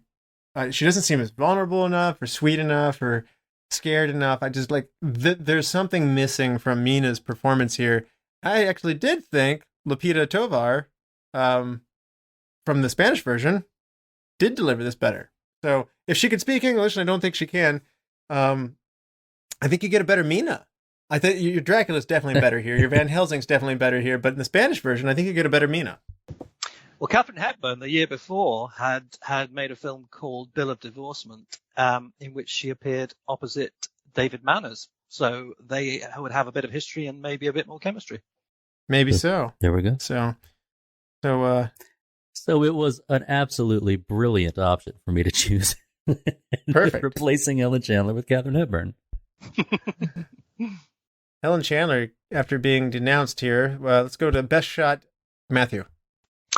Best shot. Again, I have to go for an iconic one, but it's just so important in terms of horror film iconography, which is the nocturnal attack on Lucy, the coming in through the French windows, landing on the balcony, coming through this the slow stalking up towards the slumbering body, and then slowly moving in on it, and then a fade.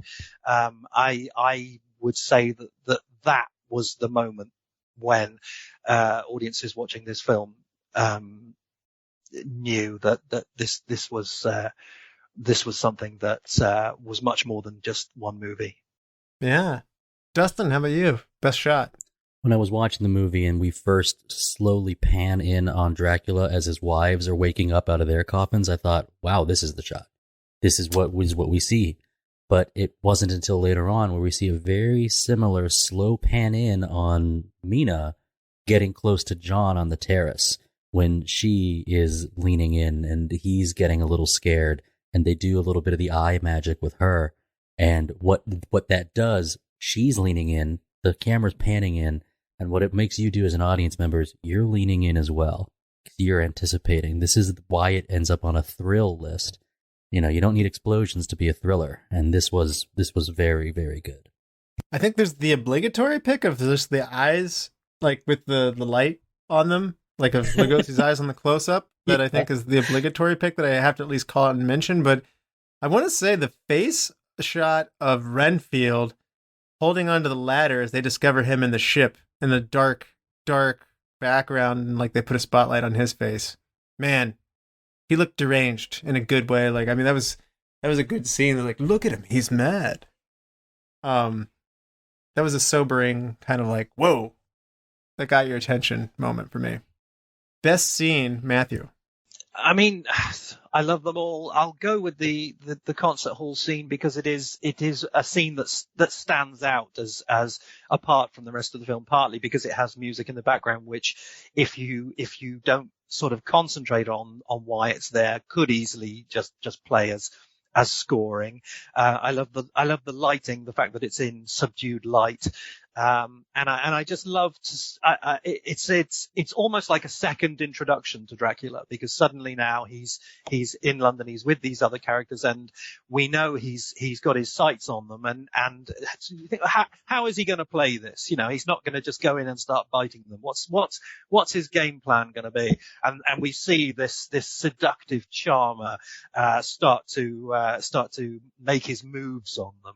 I just think it's very, very eerie, and it ends with that splendid close up on his face after he's kind of given the game away a bit and said, to die, to be really dead, that must be glorious. Right. Yeah. Yeah. Yeah. Dustin, best scene. It is the reveal of Count Dracula as a vampire from Van Helsing to Seward and Harker that I've figured it out. This is what's going on. We do get a lot of our principal actors in one room, but I thought it's not like I'm always looking for like the big exposition dump. I just was wondering when and how this big presence of Van Helsing is going to take on it. It's like he says, we're going to win this. I must be master here. I'm like, well, let's start listening to this guy. So that's my best scene. Mine is a Van Helsing scene as well, where he and Dracula have a showdown, and Dracula's trying to mind control him, but he does not succumb to it. And, like he kind of backs off in the end, but, he's still got the upper hand with Dracula still very much in control of the situation. But Darth Vader doesn't do a force choke if Dracula doesn't extend his hand like that. Yeah. So, your force tricks, your Jedi tricks don't work on those. I guess it only works on the weak-minded, and Van Helsing's no weak mind, that's for sure. It's a strong will, that one. Strong-willed. Yeah, I really liked that scene, by the way. So, tense moment too. So, best wardrobe or makeup moment, Matthew. The fact that it invents the look of the vampire, the vote should go to Lugosi's costuming. But actually, I'm gonna say the look of his wives in the castle, his brides, because obviously at the time this film was made, the word vampire was widely used in a metaphorical sense, in the sense of vamp to mean a predatory female. And a lot of the early reviews of the film say things like, "This is a film about vampires." No, not that sort. The real, So vampire in that sense was a very current thing. And these women are fascinating because they presumably have been there for centuries. But they at least from the neck up, they look like 1920s jazz age vampire girls. They've got the short wavy haircut, yeah, the little bob haircuts, the bob hair, and the bee sting lips, and I just think that they look fantastic. And that shot of the three of them framed in the arched doorway. Hey, I mean, if you're committed to a lifetime of or eternity, I mean, keeping up with the styles, I mean, that's part of your cover. So, I mean, I mean, those are some stylish ladies. So, there's an aspect of this movie where, like, I think it's at times in other portrayals of Dracula where the existing wives of Count Dracula are covetous or jealous that he would be looking elsewhere, and we don't really get any of that here. No. I don't think it's fair to say that I like that better generally, but I don't think we needed it in this movie. I like, hey, we're here. You go across the sea. We'll keep it tight over here. We're fine. There's plenty of other people in the village. We've got stuff to do. I've actually been meaning to do some projects, and you just keep getting in the way. So you just run along. That's fun. That's a humorous take. Out of curiosity, they're still there waiting for him to come back. Yeah, Dracula's they're still there. Dracula's pack of ladies. They're usually portrayed to be very sexy, sensual, or whatever. This movie, obviously 31, is toned down. Is this laying it on sexy for 1931, or is that just not the approach that they thought to take with these characters at this point in time? And that's me superimposing perception of what these characters would become later back onto this. I think they're sexy to the extent that they're beautiful women, not hideous hags. That's got it. That's a decision. I mean, obviously in the Spanish version they're sexier again, aren't they? But I think that in itself is a gesture. Justin, best wardrobe makeup moment. For me, even though I chose to recast her, I think Helen Chandler is breathtaking in the scene where Jonathan says that her eyes are looking at him different than they've ever looked at me, and we get that shot. It's a combination of the shot and her makeup. It's really her makeup. It's not about the wardrobe at all for me. I just think that occasionally you get a wonderful shot of beauty incarnate, and we got it. I'm going to be dull here, but it's got to be Bela's black cape. It makes him look bigger and more bat-like. So, and I noticed in this movie, he does not do the kind of pull the cape up and peer out from behind it. That has become part of the iconography of the character. Also, if I'm Bela Lugosi, I'm mad at what everybody's done to my hairline in the future too. He's rocking a pretty solid hairline here. It's just flat. It's lined up. We would say, go edge me up. It's not the widow's peak as like Eddie Munster. Where did the widow's peak come from, Matthew? Like, I mean, that's a good hairline. I would take that hairline right now. Yeah, I mean, I think if you look at the photos of the play from the 1920s, although he looks more monstrous than Lugosi does in the film, but the essential well turned out nature of him is there, and the widow's peak is there. Change one thing, Matthew. I wouldn't change anything about the film itself. What I would dearly like to change is something about the currently circulating versions of it. Hermann Goering supposedly said, "When I hear the word culture, I reach for my gun." Well, when I hear the word restoration, I reach for mine. Not always, I appreciate that it's, people do some very, very good work, and it's a wonderful thing to restore these movies. But Coniam's law is, if it's possible to balls up a restoration, they will do so.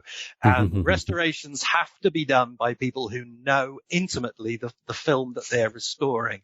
And I get the feeling that Universal had a team of restorers who were given this thing. They were given the job to improve anything that can be improved.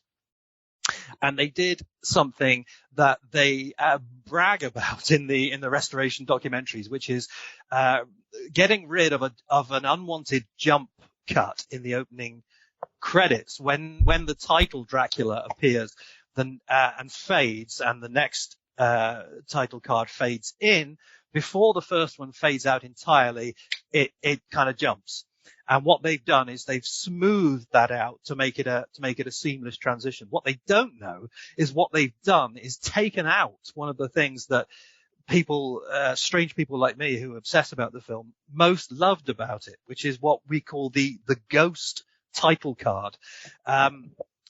When the Dracula title fades out, you can just see for literally a frame or two a fragment of the original Dracula title card, with Dracula written in completely different lettering and with Bela Lugosi's name very prominently underneath it.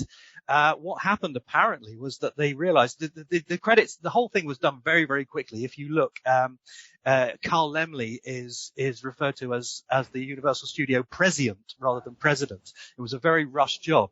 And they suddenly realized that they hadn't credited John Balderston, the writer. So they had to, the only place they could stick that in was in the opening title card. So they went back, took out Lugosi, put in Balderston, and wrote Dracula in a totally different font. And for just a frame or two, people used to get our little freeze frame button and down, now, get it. And there it is. 9 times out of 10, you'd miss it, but once in a while you'd get it. And there would be this eerie, different title card, the ghost title card. That's now gone. So keep your old DVDs, keep your old VHS copies, because only they have got the ghost title card. So in case you didn't notice, Matthew has attention for detail. Very. So that's intense, Matthew. Dustin, how about you, man? What's your change one thing? Mine is really about the plot, which is I think Dracula needs something else to do in London. The purpose of leasing Carfax Abbey, show me the Carfax Abbey, reason for why he's there. I don't really know if, aside from just hunting, perhaps, but I think the stakes might be higher if there's some grander, eviler scheme, maybe. I don't know if Dracula can even be considered evil. He is what he is. I don't know what it, and this is not a result of like other vampire movies or other horror movies. I just think he maybe needed some other thing to do, or a plan that could be thwarted. Maybe that's where John Harker shows up and says, I know how to stop the plan. You guys do cool stuff. I will do something else. I thought to myself, what's he really doing here? Aside from just throwing all the caution to the wind. So that's my change one thing. Mine's going to be add music. I know I've been on this. I know I've been on this for a long time, but I think that will elevate everything that you've got here. So we've just said it too many times, and whether it be, like I said, Jaws was another good example that you brought up, Matthew, but just too many times where the music elevates the moment, and this was one of them that can benefit from it as well. So they just didn't know the power of it at that point in time. It's a big part of the formula for me for a scary movie. Best quote, Matthew. There's so many iconic ones that have gone down in history. I will plump for one that it's easy to miss, but which I think is really good, and which I used as the title for one of the chapters in my book. There's a chapter in my book where I discuss the film's links with surrealism and the way it tries to create a very, very fragile, delicate atmosphere of otherworldliness, a kind of a dream logic. And there's a great line where Mina is talking about how she encountered Lucy in spectral form, and she sort of is speaking very matter-of-factly about it, but she encountered her, and then I remembered she was dead. Oh, yeah. That's a good one. Dustin, how about you? Best quote. Well, the one I had chosen was the one that you had said the Film Institute had chosen as the greatest quote, so I'm going to choose another one, which is, I think he's up in the box when he says, there are far worse things awaiting man than death. And they are unaware as to what he could possibly mean, but we all know. I love that. Yeah, it's a good one. I love it when he talks to Van Helsing. He says, for one who has not lived even a single lifetime, you are very wise. And Helsing. Yeah, that's good. So we've come full circle. Oh, actually, I want to remind everybody again, please check out Matthew's book, Dracula AD 1931, and check out the Marx Brothers Council podcast. And Matthew, thank you so much for coming on here, but we're going to get up to the moment here. It's the moment on a 5-star scale, half-star intervals. What would you give Dracula? I can only give you 2 answers, I'm afraid. My rational brain gives it a defiant 4. My true self gives it 400,000 and counting. That's interesting, though. That's interesting that your rational brain still is holding back, though. Dustin, how about you? 5-star scale. For me, now we're talking about first-time viewer, trying to put myself in the shoes of someone that hasn't seen it before, maybe doesn't know all this stuff. Going lower than you might expect, 2.5 stars. This movie is extremely important to people who like movie history and the productions around the tradition of what this started. But I think that's it. There's a lot of positive things about it, and I really left that to our guest and my co-host to show that stuff off. Listeners will know that I'm not categorically opposed to like old filmmaking, and learning how the movie was cool. It's fun when you like doing fun homework about the movie, and I'm talking to a guy who wrote a book on this thing, and that's more fun. That's more fun is talking to you about this movie than I had watching the movie. So I think, and I don't think it holds up by itself. Not really. I am glad I saw it, but I don't think I'd really recommend it to anyone as must watch. I think it's more like must learn. So for me, the movie by itself, 2.5. Interesting.